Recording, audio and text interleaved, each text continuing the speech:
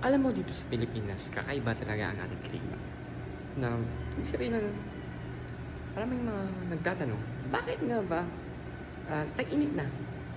Pero, bakit pa rin umuulan? Ano kaya ang problema? Ano nga ba nangyayari? Sa taas, sa kalangitan. Bakit kaya ganun? Kapag tag-init, o sobrang init ng araw, ang lupa at hangin ay uminit.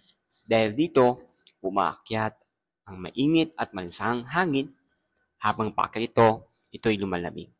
At kapag lumalamig, nagko-condense ang moisture sa hangin. Ayun na nga, at nagiging ulap. At boom! Ulan.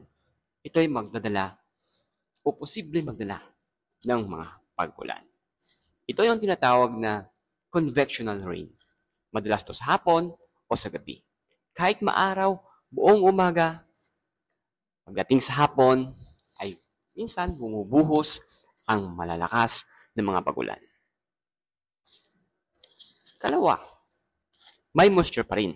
Kahit dry season, hindi ibig sabihin walang moisture sa hangin.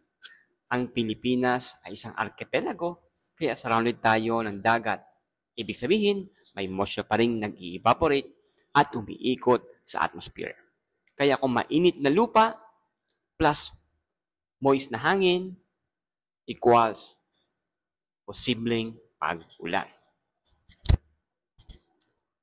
At ikatlo, ang localized thunderstorms. Minsan, makikita mo sa kabilang barangay, doon lamang umuulan. Dahil dyan, sa localized thunderstorms. Ibig sabihin, hindi ito widespread. Ito'y isolated lamang or nandun lamang sa lugar na yun or nandun sa isang lugar ang tinatamaan dahil sa init at moisture doon. Kaya, parang inambos ka ng ulan. Parang hindi mo inaasahan.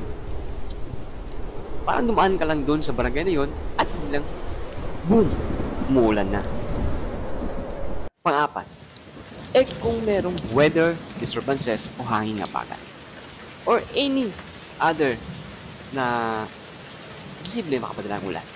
Minsan kasi kahit tag-init, merong low pressure area, merong tropical depression, o biglang pagbalik ng habagat.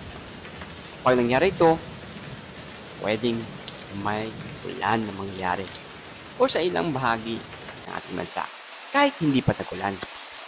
So, sa madaling salita, ibig sabihin, kapag tag-init ay hindi 100% na walang ulan. Ibig sabihin nito ay less ang pag-ulan. Hindi walang ulan.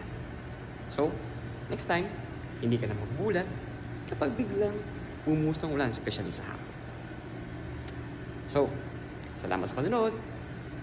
Hanggang sa muli, magkita tayo sa next video.